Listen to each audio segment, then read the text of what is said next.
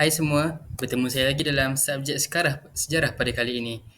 Jadi, hari ini saya akan membentangkan tugasan 2 bagi subjek pensejarah Malaysia dengan kod SJHK 3193. Orang kata, tak kenal maka tak cinta. Jadi, sebelum saya pergi ke lebih lanjut, elok saya memperkenalkan diri saya sendiri. Jadi, nama diberi Ammar Mukri bin Zainuddin, Ambilan Ogos 238, Unit Sejarah 1 dengan subjek SJHK 3193 Pensejarah Malaysia. Pensyarah yang membimbing saya untuk subjek ini ialah Encik Hasnul Hadi bin Tengah ataupun lebih mesra dikenali sebagai Abah. Jadi untuk tugasan 2 pada kali ini kami telah ditugaskan untuk mengkaji ataupun mengeluarkan persoalan daripada kajian tulisan kolonial, iaitu saya pilih bagaimanakah uh, perbezaan antara sentrik Malaysia dan sentrik Eropah dalam pensejarahan mempengaruhi tafsiran peristiwa-peristiwa sejarah utama serta penjajahan British dan perjuangan kemerdekaan serta apakah kesan terhadap identiti nasional Malaysia. Jadi untuk pengenalan dari sudut penulisan sejarah kolonial, penjajahan sering digambarkan sebagai suatu proses yang membawa kemajuan kepada Malaysia. Sejarawan kolonial, terutamanya dari Eropah, memberi penekanan kepada kuasa barat. Bagaimana kuasa barat? Contohnya British. Ini membantu memperkenalkan infrastruktur moden, pendidikan dan sistem pentadbiran yang lebih efisien kepada masyarakat tempatan. Sebagai contoh, penubuhan sistem residen di negeri-negeri Melayu dan pembukaan sektor ekonomi berdasarkan ekspor seperti getah dan biji timah. Maknanya kita juga sering kali dilihat sebagai contoh ni merupakan contoh-contoh kejayaan kolonial dalam memurnikan rantau Malaysia, rantau ini iaitu rantau tanah Melayu. Untuk pengetahuan semua, sentrik Eropah ni kalau kita lebih mudah fahamnya, kelebihan Eropah kepada tanah Melayu. Kalau sentrik Malaysia ni maknanya dia menunjukkan kehebatan tanah Melayu itu sendiri. Jadi dalam aspek penjajahan British, sentrik Eropah ni dilihat sebagai suatu proses positif yang membawa kemajuan kepada tanah Melayu. Maknanya dalam penulisan sentrik Eropah ni dikata penjajahan British ke tanah Melayu merupakan satu perkara yang baik. Kenapa? Membawa kemajuan kepada tanah Melayu. Penjajah juga digambarkan sebagai pembangun yang memperkenalkan pentadbiran moden, infrastruktur dan sistem pendidikan barat yang lebih teratur dan berkesan. British juga dianggap sebagai kuasa yang menstabilkan rantau ini, terutamanya dengan memperkenalkan sistem undang-undang dan ekonomi kapitalis yang berdasarkan ekspor getah dan biji timah. Sambungan lagi, peristiwa seperti pengenalan sistem residen di negeri-negeri Melayu digambarkan sebagai langkah yang bijak untuk menyelesaikan masalah pentadbiran tempatan yang dikatakan lemah dan berpecah belah. Memang pada ketika itu ada pentadbiran di negeri Melayu ni yang berpecah belah di antara para pembesar sendiri. Jadinya British ni diambil alih dengan sistem residen. Bagi mereka sistem residen ni merupakan langkah yang bijak lah. Jadi tambahan lagi, British dilihat sebagai sebaumi di mana meminggirkan penduduk tempatan daripada aspek pentadbiran dan ekonomi negara mereka sendiri. Dasar pemisahan ekonomi mengikut kaum yang diperkenalkan oleh British menyebabkan perpecahan sosial yang kekal hingga kini. Maknanya dulu sewaktu British pegang tanah Melayu ni, dia telah memisahkan antara kaum. Maknanya kalau Melayu, Melayu saja. Cina, Cina je. Jadi sebabkan itu, telah berlaku perpecahan kaum di antara pelbagai kaum di Malaysia ni lah. Yang kesannya kita dapat lihat sebagai sekarang. Maknanya kaum Malaysia dan Cina ada yang gaduh, Cina India ada yang gaduh, macam tu. Kita lihat penjajahan British dari sentrik Malaysia pula. Dari perspektif sentrik Malaysia ni, penjajahan British membawa kesan negatif yang besar kepada negara kita dan rakyat tempatan. Penjajahan dianggap sebagai satu bentuk eksploitasi politik dan ekonomi di mana meminggirkan penduduk tempatan dari aspek pentadbiran dan ekonomi negara mereka sendiri. Dasar perpecahan ekonomi mengikut kaum yang diperkenalkan oleh British menyebabkan perpecahan sosial yang berlaku hingga kini. Kita dapat lihat, kalau sentrik Eropah tadi dikata penjajahan ni positif, kalau sentrik Malaysia ni negatif. Gitu. Peristiwa seperti pengenalan Perjanjian Pangkul 1874 telah membuka jalan kepada dominasi British di tanah Melayu. Juga ditafsirkan sebagai satu pengkhianatan kepada kedaulatan negeri-negeri Melayu. British telah dikritik kerana memusatkan ekonomi kepada ekspor bahan mentah tanpa mengambil kira kesejahteraan rakyat tempatan serta meletakkan asas kepada sistem sosial yang berpecah belah mengikut kaum. Maknanya penjajahan British ni dari aspek sentrik Malaysia ni perkara yang buruk kerana dia meminggirkan rakyat tempatan. Aspek yang kedua pula, perjuangan kemerdekaan. Sentrik Eropah ni dalam naratif sentrik Eropah, perjuangan kemerdekaan sering dilihat sebagai satu proses yang terkawal dan teratur. Kemerdekaan Malaysia dikisahkan sebagai hasil perundingan antara British dan elit tempatan dengan penekanan kepada peran penjajah dalam memastikan peralihan kuasa yang aman.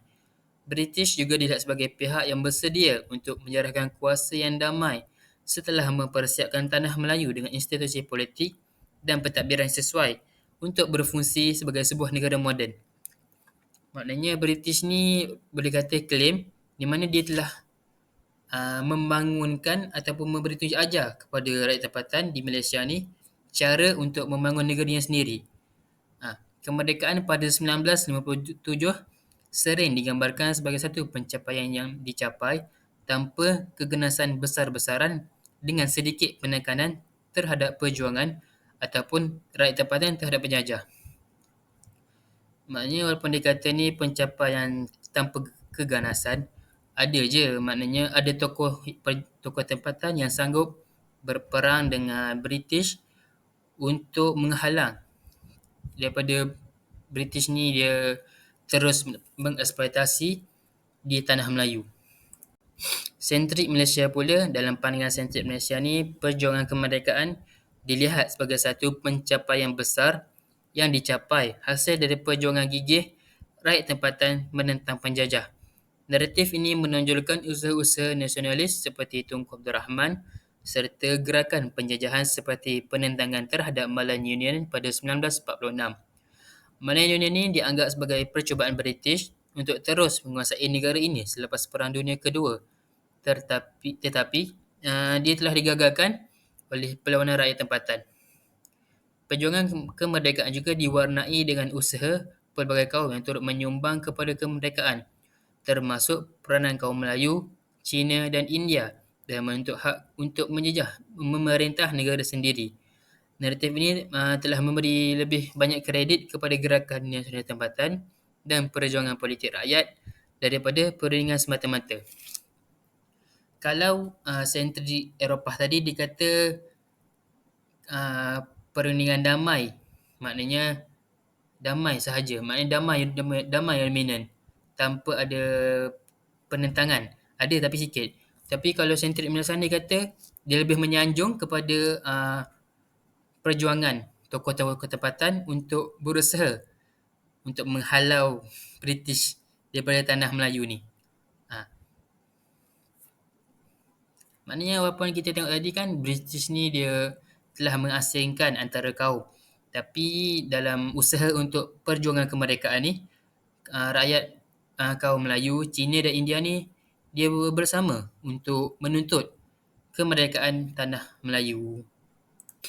Aspek ketiga pula ialah pembentukan Malaysia. Sentrik Eropah telah pembentukan Malaysia pada 1963 dilihat dari perspektif sentrik Eropah ialah sebagai satu usaha yang logik untuk menyatukan rantau ini bagi memastikan kestabilan politik dan ekonomi. British digambarkan sebagai kuasa yang membantu mempercepatkan pembentukan Malaysia dengan menyokong penggabungan Singapura, Sabah dan Sarawak ke dalam Persekutuan Tanah Melayu demi menangkis ancaman komunis dan mengekalkan serantau kestabilan serantau. Peristiwa sebagai konfrontasi Indonesia-Malaysia dilihat sebagai ancaman dari luar yang cuba menggagalkan usaha pembentukan Malaysia. Namun, peranan British dalam menjadikan bantuan ketenteraan dianggap penting dalam mengekalkan kestabilan rantau ini. British ni dia kata usaha untuk menyatukan semua tanah Melayu termasuk Sabah, Sarawak serta Singapura ni merupakan satu yang baik untuk menstabilkan lagi kekuatan di tanah Melayu. Dari aspek sentral Malaysia pula, pembentukan Malaysia ni lebih dipandang sebagai usaha politik yang diilhamkan oleh rakyat tempatan untuk memperkukuh kedudukan negara selepas kemerdekaan. Perbincangan tentang kemasukan Sabah dan Sarawak ke dalam Malaysia telah menekankan kepentingan dan hak autonomi rakyat di negeri-negeri ini yang sering diketepikan dalam naratif kolonial. Pembentukan Malaysia ini dilihat sebagai usaha yang menyatukan wilayah-wilayah yang mempunyai sejarah dan identiti tersendiri di bawah satu negara berdaulat. Dalam pandangan ini, sokongan British lebih dilihat sebagai usaha mereka untuk mengekalkan pengaruh selepas kemerdekaan. Sementara rakyat tempatan memainkan peranan utama dalam memastikan perpaduan negara mempertahankan kedaulatan daripada ancaman luar seperti konfrontasi Indonesia. Maknanya kalau sentrik Eropah tadi dikata British lah yang tolong rakyat ni untuk mengekalkan kestabilan, maknanya dia tolong bila Indonesia cuba mengagalkan untuk membuat Malaysia ni, kan Indonesia cuba dengan konfrontasi tu. Jadi British ni dia kata dia tolong jugalah untuk menghalang Indonesia tu. Tapi dalam sentrik Malaysia ni dia kata British ni dia tolong untuk cuba ambil balik Malaysia ni selepas merdeka. Maknanya orang kata ada ulang di sebalik batu lah dalam pertandingan British ni. Perlawanan dan penentangan tempatan, aspek yang seterusnya. Dalam naratif Eropah, penentangan terhadap penjajah seringkali dianggap sebagai tindakan kecil atau terpinggir yang tidak memberi kesan besar kepada perjalanan sejarah. Contohnya, perlawanan tokoh-tokoh seperti Tok Janggut dan Datuk Maharajalela mungkin dilihat sebagai pemberontakan tempatan yang tidak mengancam kedudukan penjajah secara menyeluruh. Perlawanan ini sering digambarkan sebagai tindakan terpencil dan tidak mempunyai sokongan massa. Maknanya dia kata semua penentangan Malaysia ni, penentangan tokoh-tokoh tempatan ni sia-sia lah. Tak ada apa-apa pun. Tidak mengugat kedudukan penjajah ni secara menyeluruh. Yang ni kacau sikit-sikit je. Geli-geli je. Namun dalam sentrik Malaysia, perlawanan tokoh-tokoh tempatan ini dianggap sebagai sebahagian penting daripada sejarah perjuangan tempatan yang menentang penentang penjajah. Penentangan ini dilihat sebagai tanda bahawa rakyat tempatan tidak pernah menerima penjajah secara pasif. Kisah-kisah perjuangan ini dijadikan inspirasi dalam membentuk identiti nasional yang berakar pada perjuangan menentang kuasa asing. Penulisan sentrik Malaysia menekankan bahawa gerakan penentangan ini merupakan simbol keberanian dan penentangan terhadap dominasi kolonial. Kalau dalam sentrik Malaysia ni, segala perjuangan tokoh-tokoh tempatan ni diambil kira dan dianggap sebagai satu sejarah yang penting dalam pembentukan Malaysia. Sebab kita tahu rakyat tempatan ni menentang kuasa asing yang cuba mengeksploitasi di tanah Melayu.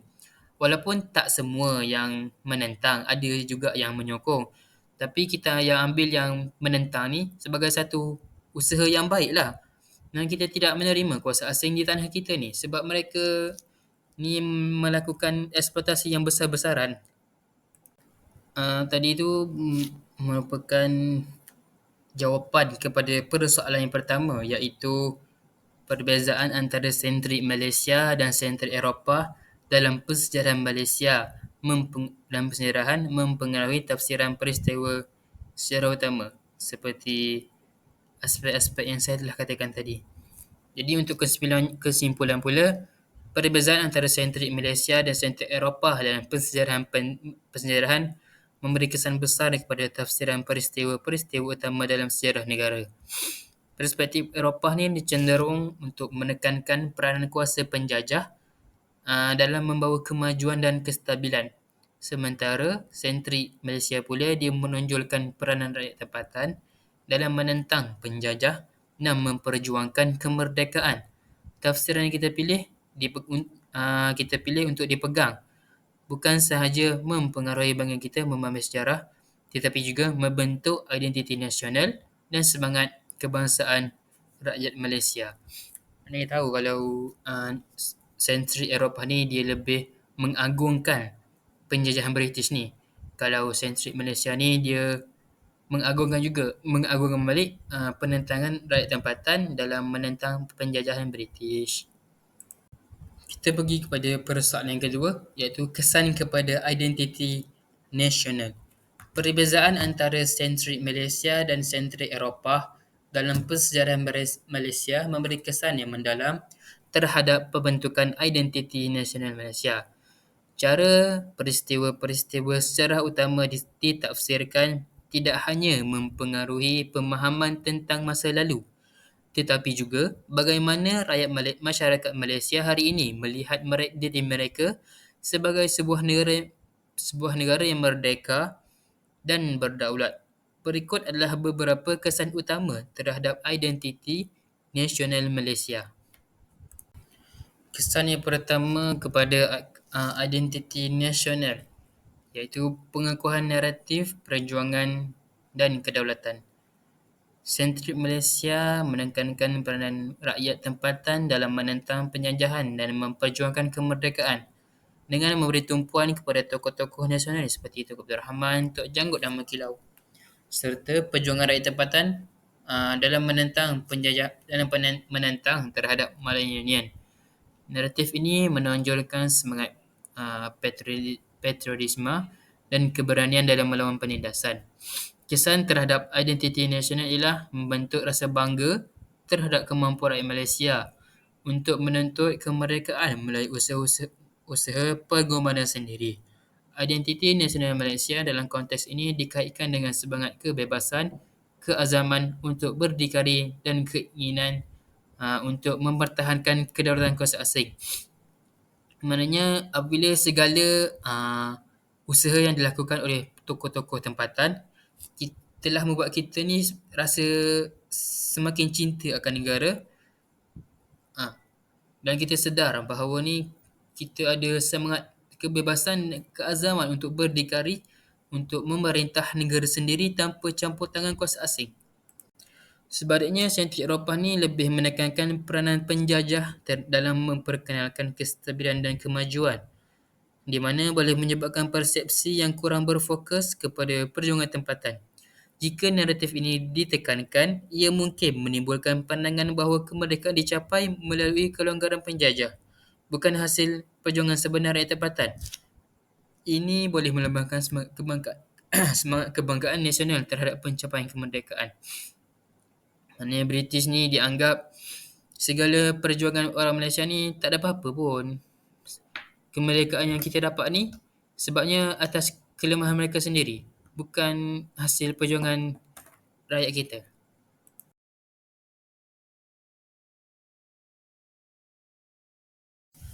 Kesan inilah pengaruh terhadap persepsi sejarah sosial dan kaum. Sentrik Malaysia lebih kritikal terhadap dasar-dasar penjajahan yang memecah belahkan rakyat mengikut kaum seperti sistem ekonomi berasaskan pembahagian kerja antara Melayu, pertanian, Cina, perlombangan dan perdagangan. Dan India pula pekerja ladang. Ini menekankan bahawa penjajahan British telah mewujudkan jurang etnik dan yang berterusan hingga kini. Yang menjadi salah satu cabaran yang terbesar dalam pembangunan perpaduan nasionalisme. Dalam konteks identiti nasional, tafsiran sentrik Malaysia mendukung kepada kesedaran bahawa perpaduan etnik harus dibina atas usaha bersama menentang penjajah untuk mencapai kemerdekaan. Ini telah membentuk naratif bahawa perpaduan nasional adalah pencapaian penting selepas melalui pengalaman perpecahan dicipta oleh penjajah. Maknanya kita tahu waktu semasa penjajahan British ni, dia telah menghasilkan mengikut kaum. Maknanya jadi kita sepatutnya menyatukan balik kaum-kaum ni walaupun merupakan cabaran terbesar lah dalam membentuk perpaduan nasional. Tapi sepatutnya kita kena satukan balik kaum. Sentrik Eropah pula mungkin memberi gambaran bahawa sistem ini memperkenalkan kestabilan ekonomi dan politik serta tidak melihat pembagian kerja bagi kaum sebagai masalah besar. Ini menyebabkan masyarakat cenderung untuk melihat pembagian etnik yang wujud sebagai normal ataupun sebahagian daripada warisan pembangunan, bukannya satu bentuk ketidakadilan yang perlu dibaiki dalam usaha membina negara yang bersatu. Maknanya bagi British ni, perpisahan kaum ni tak ada apa-apa pun, maknanya biasa. Jadi kalau kita anggap benda tu biasa, maknanya orang kata kalau pada masa akan datang, hancurlah negara kita sebab tiada kesefahaman dalam kaum yang berbeza ni. Naratif kemerdekaan dan autonomi politik. Sentrik Malaysia ni menekankan bahawa kemerdekaan Malaysia adalah hasil perjuangan nasionalis tempatan yang melibatkan pelbagai kumpulan etnik yang bekerjasama untuk membebaskan negara daripada cekaman penjajah. Pandangan ini menekankan pentingnya autonomi politik dan hak rakyat untuk menentukan masa depan mereka sendiri. Kemerdekaan 1997 dilihat sebagai satu simbol kejayaan perjuangan ini. Naratif ini membantu mengukuhkan identiti nasionalis Malaysia sebagai sebuah negara yang berdikari dengan warisan perjuangan yang kaya. Ia memberi inspirasi kepada generasi masa kini untuk menghargai kemerdekaan dan mengembangkan semangat kebangsaan yang kuat. Maknanya kita tahu dulu ni pejuang tempatan ni berusaha untuk mengusir British. Jadinya dengan usaha mereka tu kita ambil untuk renungan kita bahawa kita ni satu kaum yang kuat. Oleh itu bila kita menghayati betul-betul perjuangan mereka ni, kita ni dapat rasa semangat patriotik tu semakin tinggi kepada Malaysia. Namun sebaliknya, sentrik Eropah ni menggambarkan kemerdekaan sebagai satu proses yang terkawal dan teratur, di mana penjajah memberikan kuasa secara beransur-ansur kepada pemimpin tempatan. Dalam tafsiran ini, rakyat Malaysia mungkin kurang merasakan kemerdekaan sebagai satu usaha yang dicapai melalui pengorbanan, tetapi lebih sebagai anugerah daripada penjajah. Ini boleh menyebabkan identiti nasional yang kurang berfokus pada perjuangan tempatan dan lebih kepada penerimaan warisan penjajah sebagai cenderamata pembentukan negara. Maknanya British ni dia cuba juga untuk menukarkan pemikiran kita ni, kemerdekaan ni merupakan hadiah daripada mereka. Maknanya bukan hasil perjuangan tokoh tempatan. Pembentukan identiti nasional yang lebih inklusif. Tafsiran sentrik Malaysia cenderung untuk menekankan peranan semua kaum dalam perjuangan kemerdekaan dan pembangunan negara. Hal ini membantu untuk mengukuhkan naratif bahawa identiti nasionalis Malaysia bukan hanya milik satu kaum, tetapi hasil kerjasama antara pelbagai etnik yang telah sama-sama memperjuang untuk kemerdekaan dan kedaulatan negara. Naratif ini membantu identiti nasional inklusif di mana semua kumpulan etnik merasa diri mereka sebagai sebahagian daripada negara yang mereka sama-sama perjuangkan. Ini menguatkan semangat kebangsaan yang merangkumi kepelbagaian budaya dan etnik sebagai satu kekuatan negara. Kita juga tahu tokoh-tokoh kemerdekaan yang penting ni terdiri daripada pelbagai kaum. Contohnya Tunku Abdul Rahman Melayu, Tun Tan Cheng Lock Cina dan MV Sambatan India. Sebaliknya, sentrik Eropah ni kurang memberi penekanan kepada sumbangan pelbagai kumpulan etnik dengan lebih fokus kepada peranan penjajah dalam membentuk struktur politik dan ekonomi. Ini boleh membawa kepada tafsiran identiti nasionalis yang lebih terbatas dan mengabaikan sumbangan rakyat pelbagai kaum dalam pembentukan Malaysia. British ni dia abaikan bahawa perjuangan kemerdekaan ni daripada pelbagai kaum. Maknanya dia nak kata juga bahawa Malaysia ni lebih kepada pemberian hadiah daripada mereka kepada rakyat tempatan. Warisan penjajah dan kritikan terhadap kuasa asing. Sentrik Malaysia cenderung untuk mengkritik kesan jangka panjang penjajahan terhadap pembangunan sosial, ekonomi dan politik Malaysia. Pandangan ini menyedarkan rakyat tentang warisan negatif penjajahan serta pemisahan etnik, ketidakseimbangan ekonomi dan ketidakadilan sosial. Dengan cara ini, sentrik Malaysia membantu untuk membentuk identiti nasional yang lebih kritikal terhadap pengaruh luar dan lebih berusaha untuk mencapai keadilan dan kedaulatan yang penuh. Sentrik Eropah juga pula memandang penjajahan secara lebih positif boleh melemahkan kritikan terhadap warisan kolonial. Jika masyarakat melihat penjajahan sebagai satu yang membawa kebaikan, mereka mungkin kurang terdorong untuk mempersoal ketidakseimbangan dan ketidakadilan yang ditinggalkan oleh sistem kolonial, dan ini boleh menggunakan dorongan untuk memperbaiki kesan warisan terhadap masyarakat pasca penjajahan. Maknanya kalau kita tengok, jika pemikiran kita ni lebih ke arah pro Eropah, maknanya segala peninggalan penjajahan British ni kita anggap benda tu betul, dan kita tidak mempersoalkan bahawa benda tu tidak adil ataupun ketidakseimbangan lah antara kaum ni. Kita telah sampai kepada penghujung video.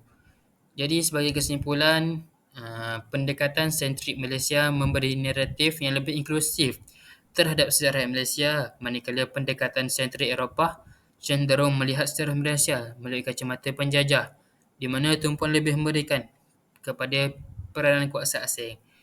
Maknanya bahasa mudahnya, sentrik Malaysia lebih menceritakan tokoh-tokoh tempatan serta perjuangan mereka. Kalau sentrik Eropah ni ceritakan kebaikan yang segala benda positif yang British ni buat terhadap tanah Melayu. Saya rasa itu sahaja dulu untuk video kali ini. Jadi sekian, terima kasih.